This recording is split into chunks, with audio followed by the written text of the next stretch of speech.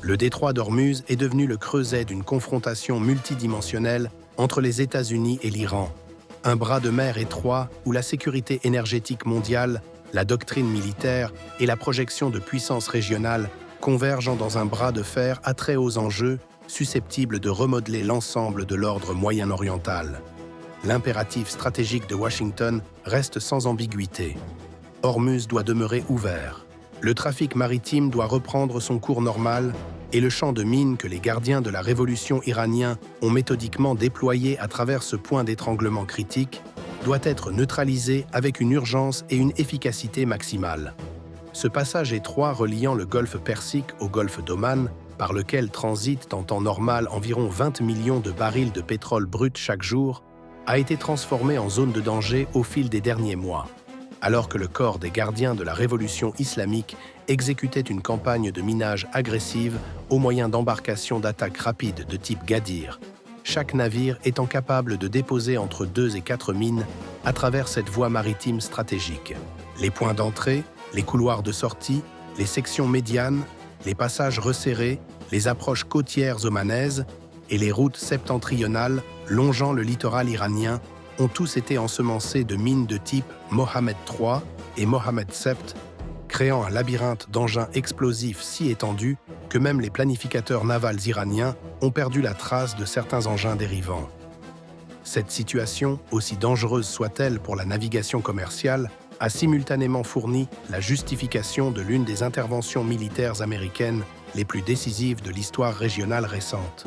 Selon les déclarations officielles du commandement central des États-Unis, 90% du stock de mines prépositionnées de l'Iran, l'arsenal que Téhéran avait préparé en vue d'une éventuelle escalade en seconde phase dans la crise d'Ormuz, a été détruit de façon systématique lors d'une campagne coordonnée qui représente un basculement fondamental de l'équilibre tactique dans le détroit. L'amiral Brad Cooper, l'officier supérieur du CENTCOM chargé de superviser les opérations maritimes dans la région, a confirmé devant les commissions de surveillance du Congrès que les forces américaines ont éliminé 90% des 8000 mines nautiques que l'Iran maintenait dans des installations de stockage opérationnelles. Les chiffres de cette opération sont vertigineux. Sur la base des données présentées par l'amiral Cooper, Téhéran a perdu environ 7200 mines de sa réserve stratégique.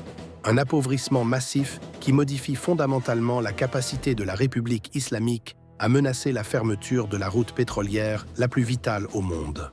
Pourtant, la véritable signification de cette opération va bien au-delà des chiffres bruts, car ce que les gardiens de la Révolution ont réellement perdu représente la pierre angulaire de l'ensemble de leur stratégie de guerre asymétrique dans le golfe Persique. La capacité soigneusement cultivée de prendre en otage les marchés énergétiques mondiaux avec des mines navales relativement peu coûteuses, mais positionnées avec une précision stratégique redoutable. La dimension invisible de cette campagne d'attrition, l'infrastructure opérationnelle qui rendait possible la menace de minage iranienne, a subi des pertes tout aussi dévastatrices. Les forces américaines ne se sont pas limitées au stock de mines statiques, mais ont systématiquement traqué les plateformes et les embarcations destinées à déposer ces armes dans les eaux disputées d'Ormuz. Les données que l'amiral Cooper a présentées à la Commission des Forces armées du Sénat confirment qu'un total de 161 navires appartenant aux gardiens de la Révolution et à la marine iranienne ont été coulés dans les eaux du Golfe au cours de ces opérations. Parmi les bâtiments détruits figuraient des mouilleurs de mines critiques. Ces embarcations spécialisées conçues pour déposer silencieusement des engins mortels dans les voies de navigation, ainsi que des navires de soutien logistique qui permettaient des opérations de minage soutenues à travers toute l'étendue du détroit. Cette double destruction des munitions et des capacités de déploiement représente un coup stratégique qui sape fondamentalement la doctrine d'Ormuz, patiemment construite par les gardiens de la Révolution. Pendant des années, le corps des gardiens de la Révolution islamique avait exploité un avantage asymétrique lui permettant de menacer des pétroliers valant des milliards de dollars, des navires de guerre ultramodernes et l'ensemble de l'architecture des flux énergétiques mondiaux avec des mines relativement bon marché, déployées depuis de modestes embarcations rapides. Une poignée de petits bateaux pouvait théoriquement fermer le détroit, provoquer des hausses vertigineuses des primes d'assurance, semer la panique sur les marchés des matières premières et offrir à Téhéran un levier considérable dans les négociations diplomatiques. Ce calcul a désormais été fondamentalement bouleversé. La grande majorité du stock de mines de l'Iran a été détruite. Des portions significatives de son infrastructure de production ont été éliminées. Et une large part des navires qui auraient acheminé ces mines vers la mer ont été envoyés par le fond. Les mines restantes, peu nombreuses et non coordonnées dans leur déploiement, dérivent aléatoirement dans les voies de navigation ou attendent en position isolée, sans la couverture systématique qui leur conférait leur importance stratégique. Cette dégradation globale, aussi bien des stocks que des plateformes, porte un double coup qui va sévèrement contraindre les options de Téhéran en ce qui concerne Hormuz. Pour une période prévisible, lancer toute nouvelle opération de minage à grande échelle est devenu exponentiellement plus difficile, plus coûteux et plus risqué pour les gardiens de la Révolution, tant d'un point de vue logistique que militaire. La célèbre flotte moustique iranienne, cet essaim d'embarcations légères qui avait jadis conféré à la République islamique une influence démesurée sur les eaux régionales, perd régulièrement son efficacité opérationnelle, semaine après semaine. Du côté américain, les opérations de déminage progressent avec une efficacité méthodique. Des destroyers de classe Harley Burke, dont l'USS Frank E. Peterson et l'USS Michael Murphy, ont déjà franchi le détroit en dépit des menaces iraniennes et des champs de mines actifs, démontrant que les opérations de liberté de navigation ne sont pas de simples engagements rhétoriques, mais des réalités opérationnelles soutenues par une acceptation substantielle du risque. Actuellement, des navires de combat littoral, des chasseurs de mines de classe Avenger, des hélicoptères MH-60S équipés de capteurs spécialisés de détection de mines et des drones sous-marins avancés tels que le MK-18 maintiennent une alerte constante dans toute la zone opérationnelle d'Ormuz. L'objectif stratégique américain se concentre sur la transformation des routes méridionales du côté omanais et des sections critiques des principaux dispositifs de séparation du trafic en couloir de transit fiables et sécurisés. Les planificateurs du Pentagone estiment que la neutralisation complète d'Ormuz contre toutes les menaces de mines pourrait nécessiter jusqu'à 6 mois d'opérations soutenues. Mais l'établissement de corridors de passage sécurisés progresse considérablement plus vite que les projections les plus pessimistes ne le laissaient supposer. Un nombre limité mais croissant de navires commerciaux peut désormais effectuer des transits contrôlés dans les voies dégagées. Et cette capacité s'étend de manière mesurable chaque semaine à mesure que des sections supplémentaires du détroit sont certifiées pour la navigation.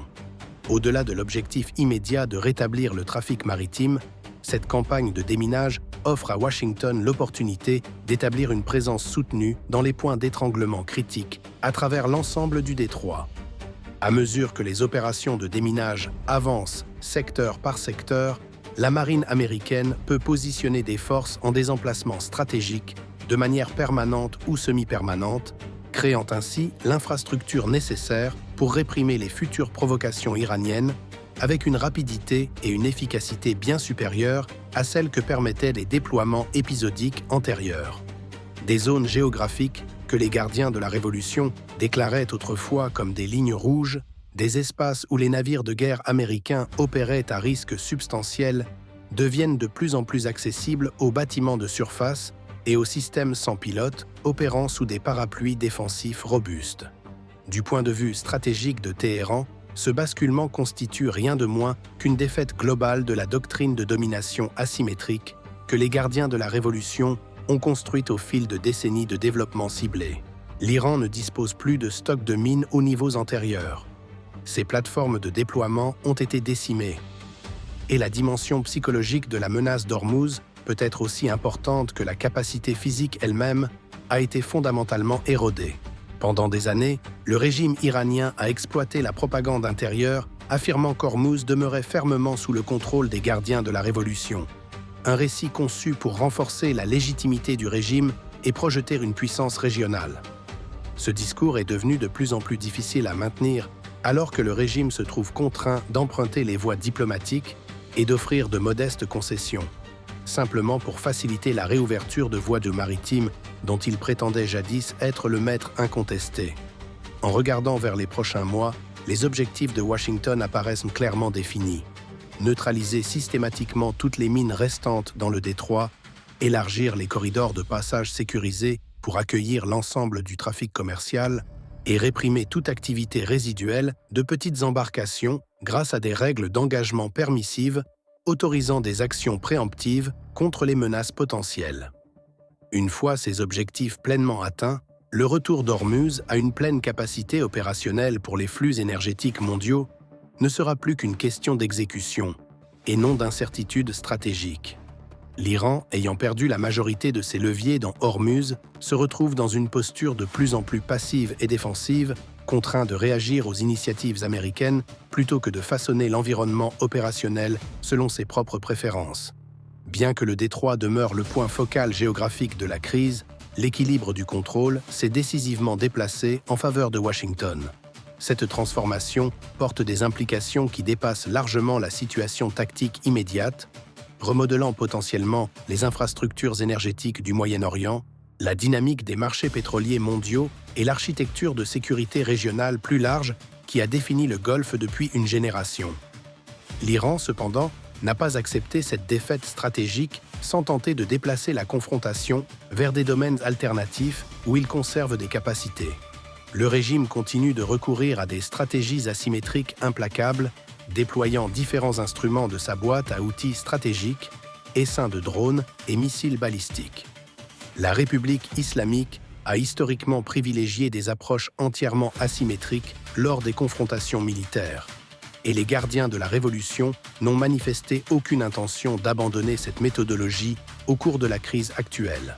Afin de maintenir la pression sur les États-Unis et de contraindre une acceptation des positions de négociation iraniennes, Téhéran continue de mettre l'accent sur ses arsenaux substantiels de drones et de missiles, semant une terreur calculée à travers la région du Golfe par le biais de ces systèmes. Les gardiens de la Révolution disposent de milliers de drones d'attaque à usage unique, notamment le Shahid 136 et ses divers dérivés, ainsi que des missiles balistiques couvrant plusieurs catégories de portée. La capacité de production iranienne atteignait environ 10 000 drones par mois avant le début du conflit actuel, et des portions de cette infrastructure de fabrication restent opérationnelles malgré les frappes ciblées. Le corps des gardiens de la Révolution islamique a positionné ses armes comme un substitut à la menace de mines dégradées dans Ormuz, une nouvelle forme de capacité d'attaque en essaim bon marché conçue pour submerger les systèmes défensifs par le simple volume.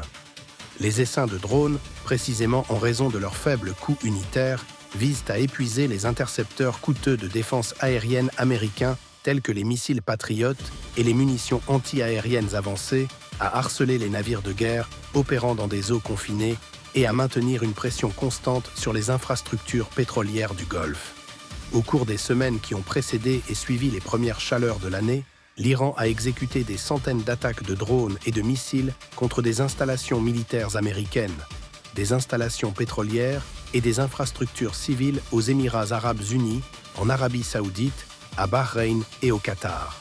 Plusieurs attaques ont frappé directement des pétroliers, déclenché des incendies dans des complexes de raffinage et causé des victimes civiles dans les capitales du Golfe. Ces attaques, conjuguées à la menace de mines persistantes dans Ormuz, ont effectivement pris en otage les marchés énergétiques mondiaux pendant une période prolongée, poussant les primes d'assurance à des niveaux sans précédent et contraignant de nombreuses compagnies maritimes à modifier entièrement leurs itinéraires. Les États du Golfe, cependant, n'ont pas absorbé ces attaques sans réagir. L'Arabie saoudite et les Émirats arabes unis ont abandonné leur patience stratégique antérieure et ont exécuté des contre-frappes directes contre le territoire iranien.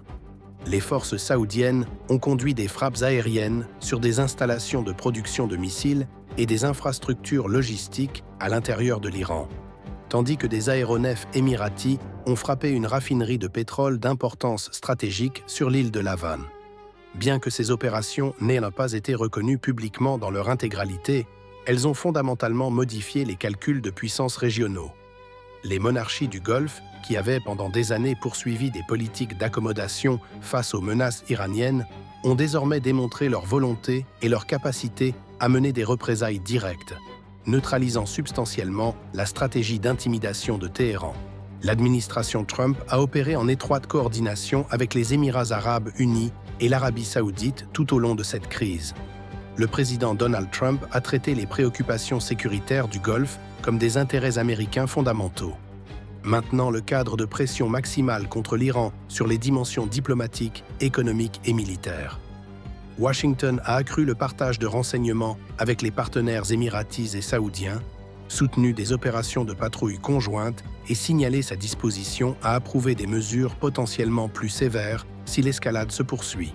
L'approche Trump suit une logique claire. Hormuz restera ouvert au commerce international et la menace de missiles et de drones iraniennes sera systématiquement contenue. Ce cadre politique a encouragé les pays du Golfe à adopter des postures plus proactives face à la pression iranienne. Selon les évaluations de centres d'analyse stratégique internationaux, les Émirats arabes unis et l'Arabie saoudite ont exhorté Trump à adopter une position encore plus décisive contre l'Iran, plaidant pour que la République islamique soit suffisamment affaiblie avant toute résolution de la crise afin d'empêcher de futurs cycles d'escalade. Malgré cette pression globale, l'Iran continue de déployer ses stocks restants de drones et de missiles. Bien que les commandants des gardiens de la Révolution continuent d'invoquer le slogan de propagande selon lequel Hormuz reste sous leur contrôle, la réalité opérationnelle révèle que le véritable levier restant de Téhéran réside principalement dans les essaims de drones et les missiles balistiques. Le régime tente également d'activer ses réseaux de proxy en mer Rouge et dans le golfe d'Aden, ouvrant des fronts supplémentaires à travers des mandataires afin d'étirer les ressources américaines et alliées sur plusieurs théâtres d'opération. Cette approche représente la méthodologie stratégique classique de l'Iran, éviter la guerre conventionnelle directe tout en augmentant les coûts de l'adversaire par le biais de systèmes d'armes nombreux, peu coûteux et difficiles à détecter, déployés sur un espace géographique étendu. Les limites de cette approche, cependant, deviennent de plus en plus apparentes. La supériorité aérienne américaine, les systèmes intégrés de défense aérienne avancés opérés par les États du Golfe et le soutien en renseignement de la part d'Israël ont collectivement réduit le taux de réussite des attaques de drones et de missiles iraniens. Des nombres substantiels de missiles et de drones entrants sont détruits en vol, et ceux qui pénètrent les écrans défensifs ne causent généralement que des dommages limités. Pendant ce temps, l'économie iranienne, déjà sévèrement éprouvée par des sanctions globales et les dégâts liés au conflit, fait face à une détérioration accélérée alors que le régime dépense continuellement ses armes. Puisque des portions des installations de production ont été détruites par des frappes ciblées, le taux de remplacement des munitions dépensées a considérablement ralenti. L'Iran a donc largement épuisé son atout minier dans Hormuz, tout en dilapidant ses inventaires de drones et de missiles à des rythmes insoutenables. Cette érosion sur les deux fronts stratégiques pousse Téhéran vers un engagement diplomatique, malgré sa résistance rhétorique. Les États-Unis et leurs partenaires du Golfe augmentent systématiquement la pression militaire et économique pour contraindre l'Iran vers une résolution négociée. La main jouable de cartes de Téhéran diminue chaque semaine qui passe. La posture américaine déterminée, le rôle de plus en plus actif du Golfe et la capacité érodée des gardiens de la Révolution indiquent collectivement qu'un nouvel équilibre des puissances est en train de se cristalliser à travers le Moyen-Orient. La situation, cependant, demeure bien plus complexe que ne le suggère le simple calcul militaire. La dégradation rapide à la fois de la capacité de mines dans Hormuz et des arsenaux de drones et missiles a conduit Téhéran à un véritable carrefour stratégique. Le régime iranien fait désormais face à trois voies fondamentales. La capitulation complète aux exigences américaines, le retrait tactique contrôlé tout en préservant les intérêts essentiels, ou la possibilité la plus dangereuse, une ultime escalade à haut risque conçue pour modifier fondamentalement l'équation stratégique. Jusqu'à présent, le régime semble avoir choisi la deuxième option, mais le coût de cette préférence augmente chaque jour. L'instrument le plus puissant restant à l'Iran demeure la guerre indirecte menée à travers ces vastes réseaux de proxy à travers la région. Ces groupes asymétriques fonctionnent encore comme des mécanismes relativement peu coûteux et chronophages, permettant au régime de projeter sa puissance sans exposition directe. Ces proxys, cependant, ne démontrent plus leur efficacité d'antan. Les opérations Houthis en mer Rouge ont été substantiellement supprimées grâce à des interventions robustes de la coalition internationale. Les groupes de milices irakiennes font face à un isolement croissant en raison de l'opposition de l'opinion publique irakienne intérieure à leurs activités. La carte des proxys, comme les options de mines et de missiles, perd lentement de sa valeur. Un autre outil potentiel implique la surenchère nucléaire. L'Iran rappelle périodiquement aux audiences internationales qu'il a accéléré son programme de développement nucléaire et relever les niveaux d'enrichissement de l'uranium au-delà de 60% de pureté, approchant les seuils de qualité militaire. Cela représente la politique d'ambiguïté stratégique que le régime considère comme son mécanisme d'assurance ultime. Cette carte, cependant, joue dans les deux sens, car l'avancée vers une capacité d'armes nucléaires comporte un risque substantiel de déclencher une intervention militaire bien plus dure de la part d'Israël et potentiellement des opérations américaines directes ciblant les infrastructures nucléaires.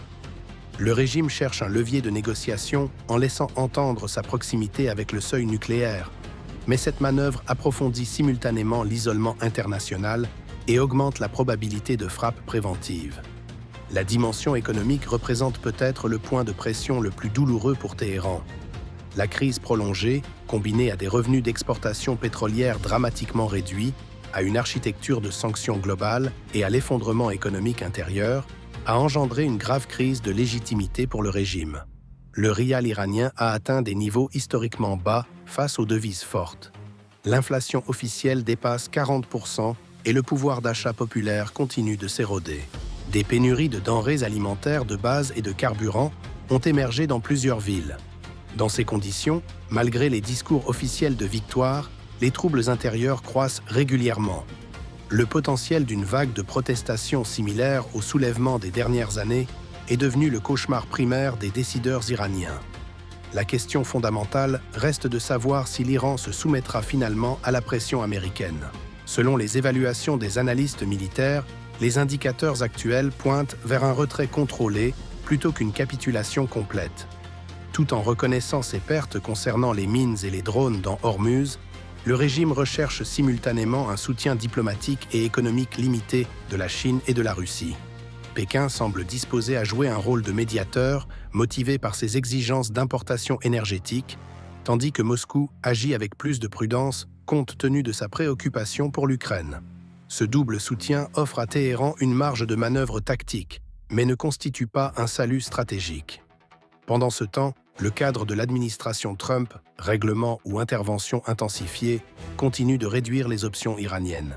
Washington attend des mesures iraniennes concrètes dans le cadre de tout arrangement de cessez-le-feu potentiel. Le partage des coordonnées précises des mines restantes dans Hormuz, la cessation des attaques de drones et le démantèlement vérifiable des activités d'enrichissement nucléaire. En échange, des propositions incluant un allègement progressif des sanctions et des autorisations normalisées d'exportation de pétrole restent sur la table des négociations. Les dynamiques régionales évoluent simultanément.